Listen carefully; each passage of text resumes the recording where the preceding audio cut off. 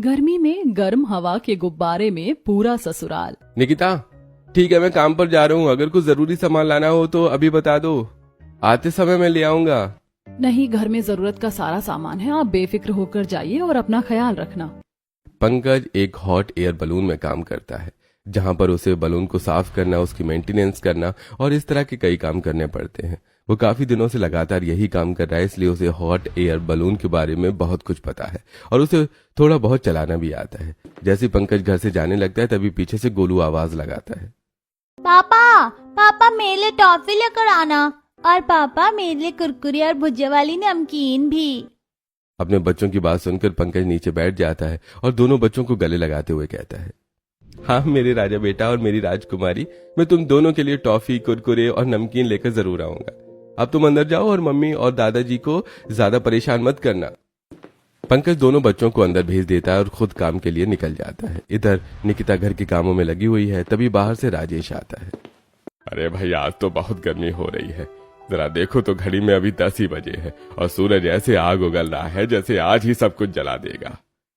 हाँ जी, आप सही कह रहे हो। इतनी गर्मी में इस टिन के घर में रहना तो एक जंग जीतने के बराबर है, और हम तो फिर भी बड़े हैं, सब समझते हैं। हमारे छोटे छोटे फूल जैसे नाजुक बच्चों को देखो, वो भी इस गर्मी को हमारे साथ झेल रहे हैं।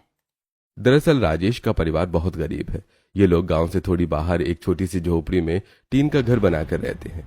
उनके घर में कोई भी सुविधा नहीं है, न गैस चूल्हा है और न ही पंखे। ऐसे ही सब लोग बैठकर बातें कर रहे हैं, तभी बाहर आंगन में चूल्हे पर खाना बना रही निकिता खुद से कहती है, अरे यार, मैं तो पंकज से कहना ही भूल गई, आज तो घर पर आटा है ही नहीं। चलो, चावल होंगे, शायद वही बना लेती हूँ। निकिता आंगन से घर के अंदर जाकर देखती है, अरे ये क्या, इसमें तो चावल भी नहीं है। इधर घर में ना आटा है और ना ही चावल।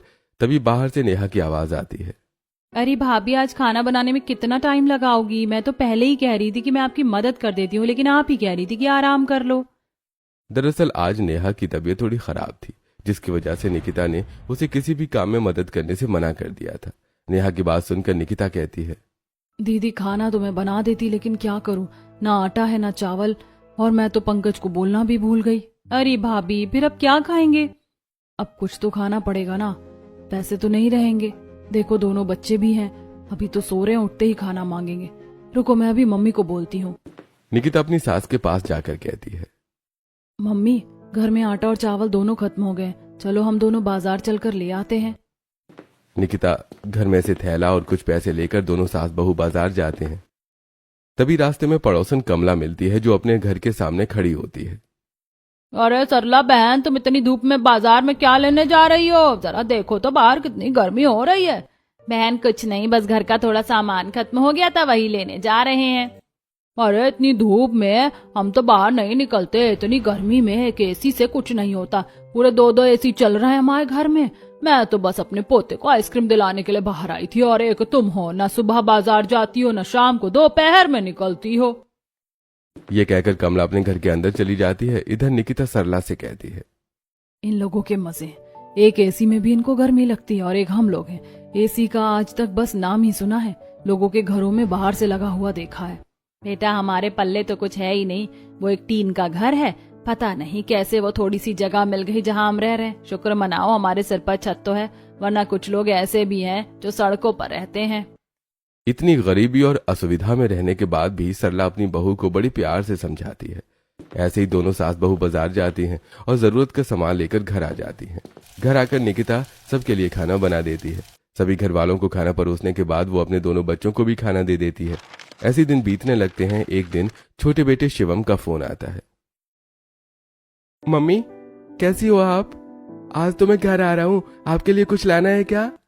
नहीं बेटा, कुछ नहीं लाना, बस तेरे पापा की दवाई खत्म हो रही है, वो ले आना और घर टाइम से आना।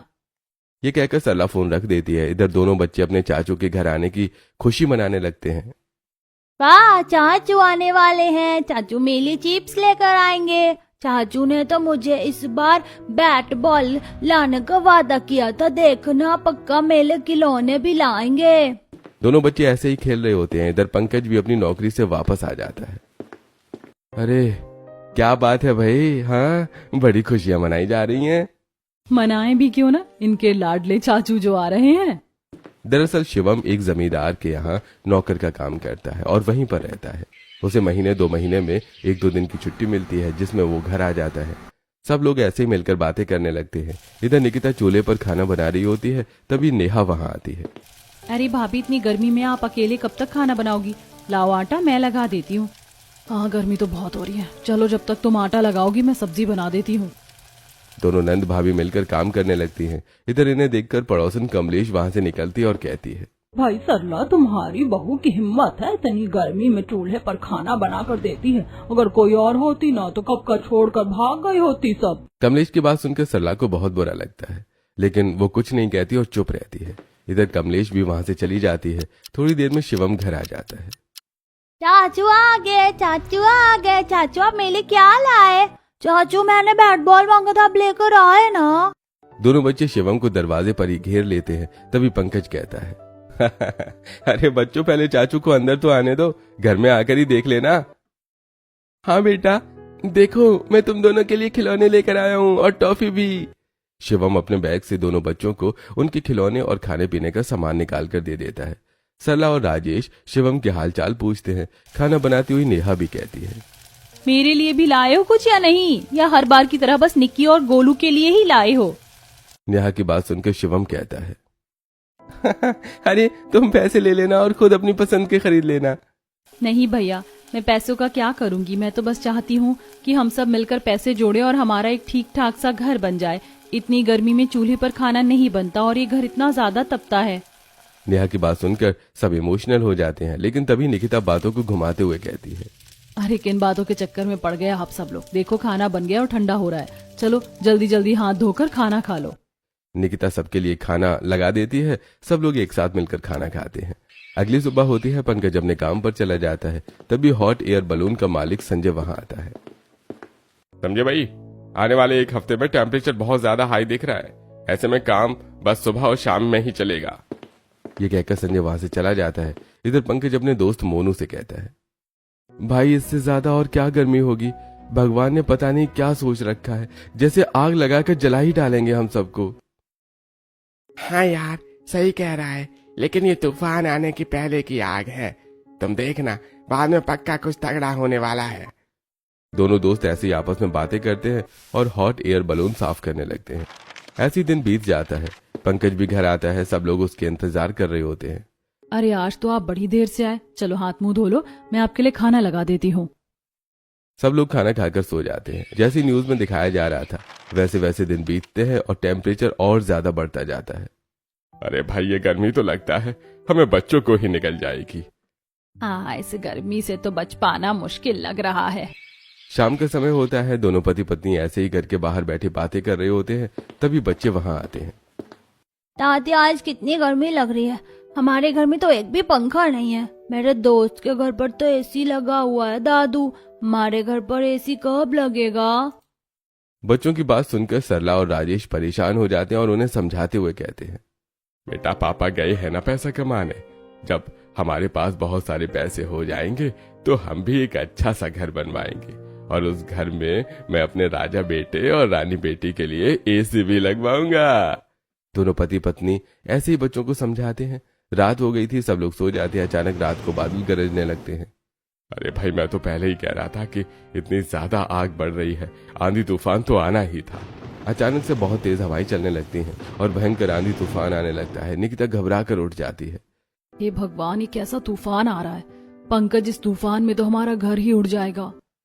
दोनों पति पत्नी तुरंत उठकर टीन वाले घर को सहारा देने लगते हैं। इधर नेहा और बाकी सब लोग भी बहुत परेशान हो जाते हैं। बच्चे भी रोने लगते हैं। मम्मी बहुत डर लग रहा है, ये हवाएं कब बंद होंगी? अच्छे बच्चे ऐसे नहीं डरते। देखो, मम्मा यहीं पर है ना। निकिता अपने दोनों बच्चों को गोद में लेकर बैठ जाती है। अचानक रात को आंधी तूफान आने की वजह से उनके बिस्तर भी उड़ने लगते हैं। थोड़ी देर तेज हवा चलती है। उसके बाद बादल जोर जोर से गरजने लगते हैं। हे भगवान, जैसे बादल गरज रहे हैं, ऐसा तो लगता है बहुत तगड़ी बारिश होगी। हाँ मम्मी, आप सही कह रही हो। आज सुबह मालिक भी पॉडकास्ट देख रहा था। उसमें बताया गया था कि 1 हफ्ते तक लगातार बारिश होने वाली है और बादल फटने की भी पूरी संभावना है। बादल फटने का नाम सुनकर सरला डर जाती है। हे भगवान, ये कैसी मुसीबत है। हम जैसे गरीबों पर ही ऐसी मुसीबत क्यों आती है? और नहीं तो क्या, देखो गांव में बाकी सब लोग आराम से सो रहे होंगे अपने अपने घरों में अपने एसी और पंखे चलाकर, लेकिन एक हम हैं जो इस आंधी तूफान से जूझ रहे हैं। ऐसी पूरी रात बीत जाती है। राजेश का पूरा परिवार इस आंधी तूफान और बारिश में ही रात बिताता है। बारिश अगली सुबह तक भी नहीं रुकती। अब तो घर के अंदर भी पानी भर जाता है। मम्मी, पानी घर में आ गया है, हम इसमें डूब जाएंगे, कुछ तो करो। भाभी आप देखो, अगर कोई जरूरी सामान है तो उसे निकाल लो। अरे सामान निकाल कर क्या करेंगे, हमें तो कुछ समझ नहीं आ रहा, आखिर हम जाएंगे कहाँ। बेटा इस घर में तो अब रहना बहुत मुश्किल है। हाँ, ये तो पूरा पानी से भर गया है और बारिश रुकने का नाम ही नहीं ले रही है। अगर रुक जाए तो शायद कुछ समाधान हो। पापा बारिश में भी हम इस पानी में तो नहीं रह सकते ना। देखो कहाँ कहाँ से पानी बहकर आ रहा है, इसमें कीड़े मकोड़े न जाने क्या क्या होंगे। देखो हमारे घर के सामने जो ऊंचा मिट्टी का टीला है, हम वहाँ चलते हैं, कम से कम वो सूखा तो है। पंकज के पास हॉट एयर बलून वाली जगह से एक बड़ी सी छतरी मिली थी। ये सब लोग घर से थोड़ा थोड़ा बहुत सामान उठाते हैं और उस छतरी को लेकर मिट्टी के टीले पर आ जाते हैं। लगातार बारिश ऐसे ही होती रहती है। पूरा गांव और मोहल्ला पानी में डूब जाता है। बारिश करीब 3 दिनों तक लगातार चलती है। बारिश बंद होने के बाद राजेश अपने टूटे हुए घर को देखकर कहता है, अरे इस घर में तो अब रहना बहुत मुश्किल है। पापा आप राजू चाचा से बोलो ना, उनका तो 3 मंजिला मकान है। अगर उनके घर में हमें एक कमरा मिल जाए तो हम किराया दे देंगे और कुछ ही दिनों की बात है, फिर हम अपना कोई और ठिकाना देख लेंगे। पंकज की बात मानकर राजेश राजू के घर जाता है। अरे राजू भाई, तुझे तो पता ही है मेरा घर गांव में सबसे नीचे था और 3-4 दिन तक जो भारी बारिश हुई है उसकी वजह से पूरे घर में पानी भर गया है। आंधी तूफान में टीन की चादर भी उड़ गई है। अगर हो सके तो हमें कुछ दिनों के लिए सिर पर छत दे दो, हम जितना बनेगा तुम्हारा किराया दे देंगे। अरे भाई देखो, बारिश अकेले तुम्हारे घर पर ही तो नहीं हुई ना, पूरे मोहल्ला पानी में डूबा हुआ है। नीचे का पूरा हिस्सा हमारा भी पानी से खराब हो गया है। हम लोग भी ऊपर वाले मकान में रह रहे हैं, माफ करना पर ये नहीं हो पाएगा। राजू सीधे सीधे राजेश को मना कर देता है। इधर शिवम भी अपने मालिक के यहाँ से घर आ जाता है और घर वालों की यह हालत देखकर बहुत परेशान होता है। पूरा परिवार एक साथ बैठकर सोचने लगता है। तभी पंकज कहता है, मम्मी पापा आप लोग यहाँ से चलो, मेरे मालिक के पास एक हॉट एयर बलून खराब पड़ा है। मैं उनसे रिक्वेस्ट करूंगा तो शायद वो हमें कुछ दिनों के लिए दे दें। मैं उसे ठीक करके उड़ा सकता हूँ, कुछ दिन हम उसी बलून में काट लेंगे। हाँ पापा, भैया सही कह रहे हैं, क्योंकि यहाँ पर तो रहना बहुत दूर की बात है, बैठने तक की भी जगह नहीं बची है। तेज आंधी तूफान और बारिश की वजह से एक छोटा सा आशियाना जिसमें ये सब लोग रह रहे थे वो भी उजड़ जाता है। राजेश का पूरा परिवार वो जगह छोड़ने पर मजबूर हो जाता है। घुटनों तक भरे पानी में से होकर ये लोग चलने लगते हैं। पापा हम इस पानी में डूब जाएंगे, यहाँ कितना पानी भरा हुआ है। नहीं बेटा, मैं तुम्हें डूबने नहीं दूंगा। पंकज गोलू को अपने कंधे पर बिठा लेता है।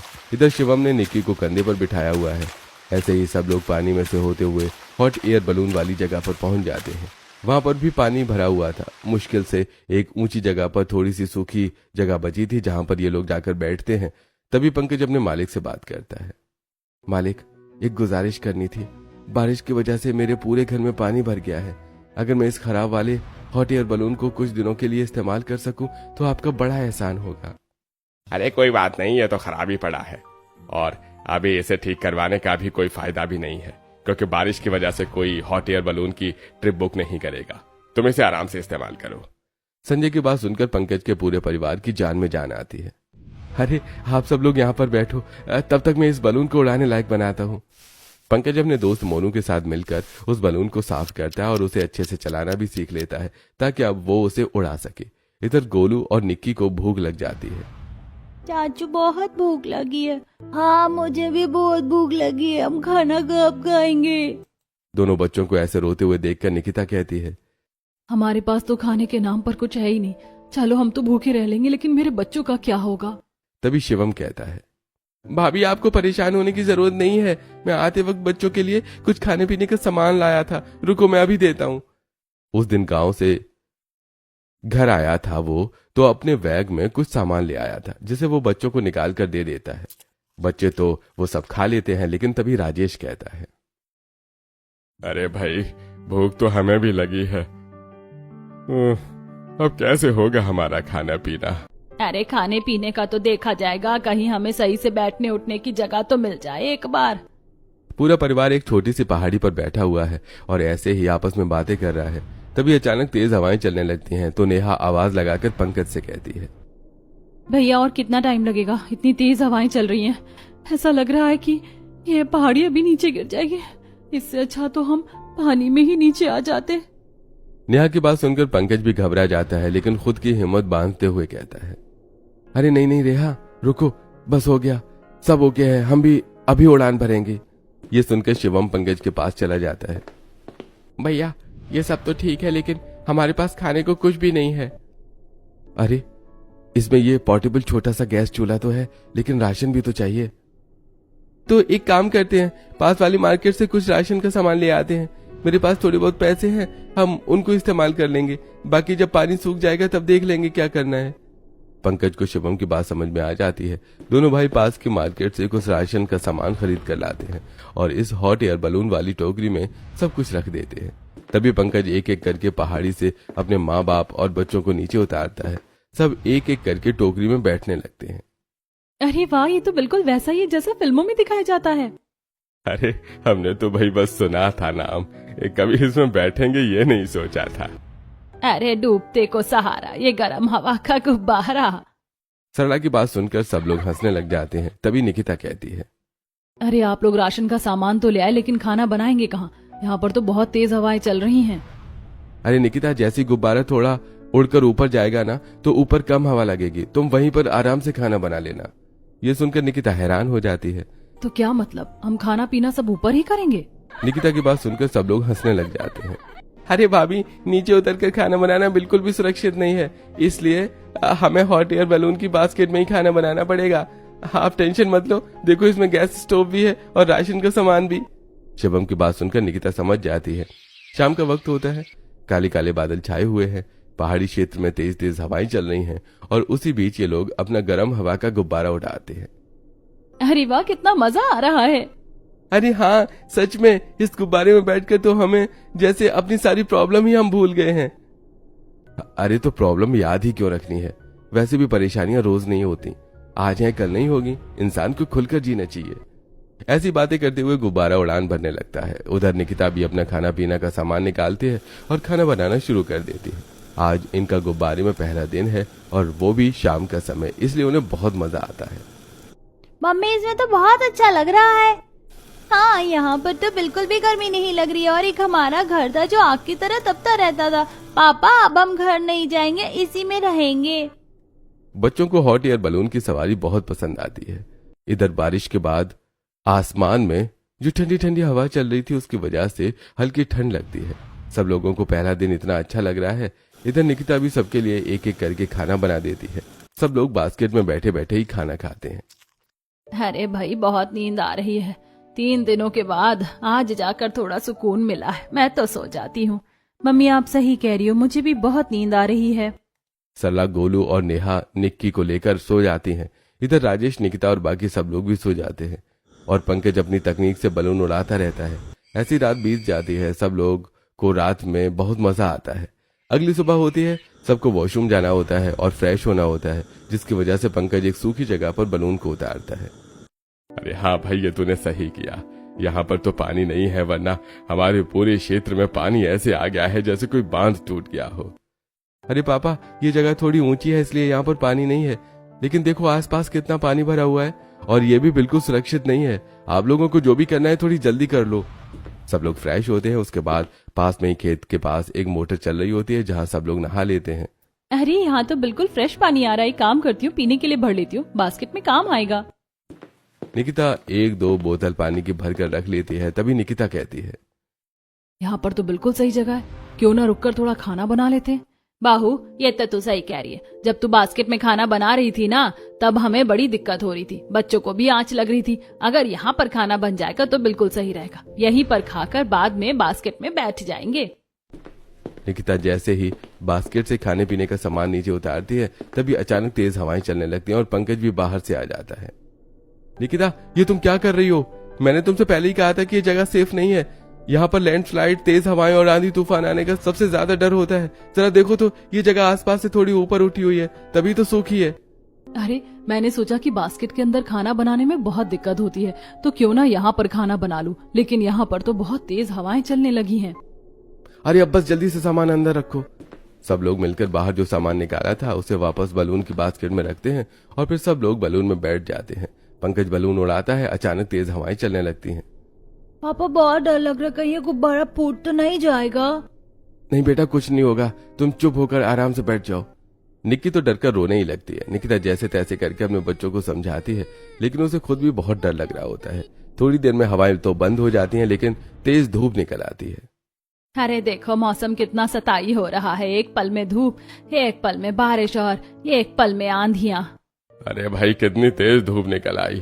पंकज जरा देखो तो आसपास कहीं छांव वाली जगह है क्या।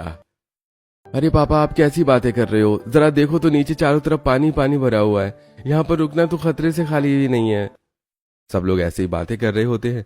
धीरे धीरे सूरज अपनी गर्मी बढ़ाना शुरू कर देता है। थोड़ी देर में इतनी ज्यादा गर्मी होने लगती है कि सब लोग गर्मी से चिल्लाने लगते हैं।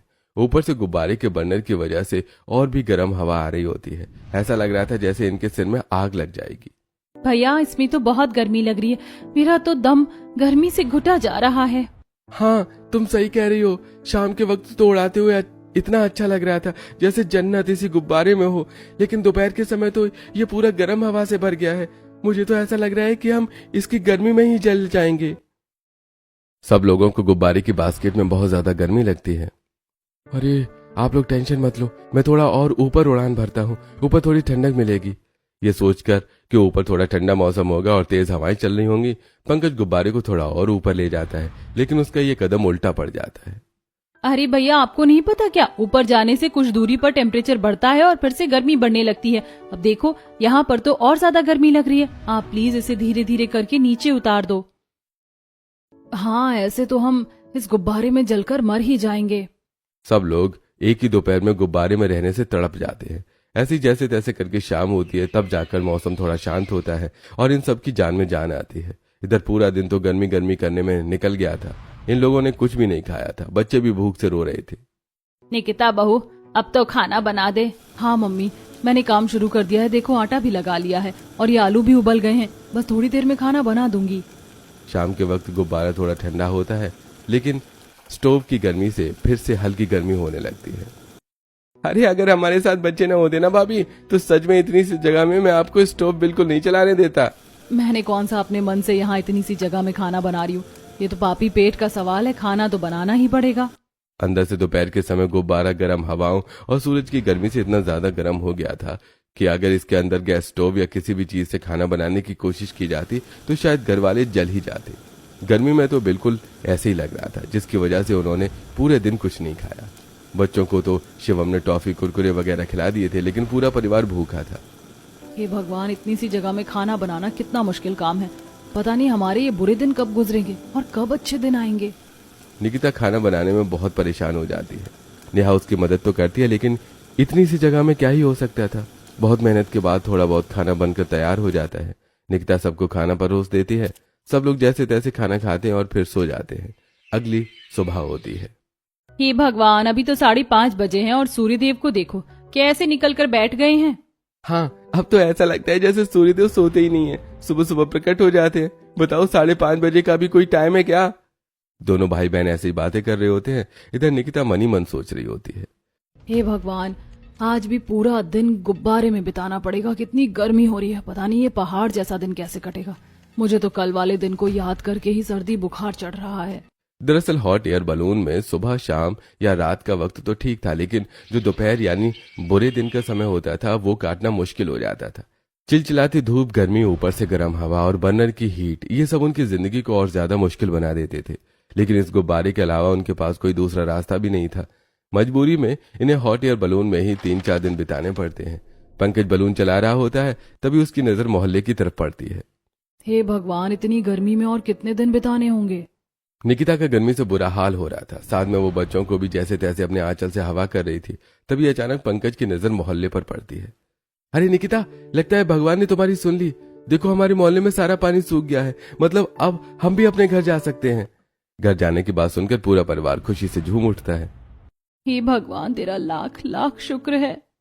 हाँ भाई चलो अब इस हॉट एयर बलून को उतारो, हमें अपने घर जाना है।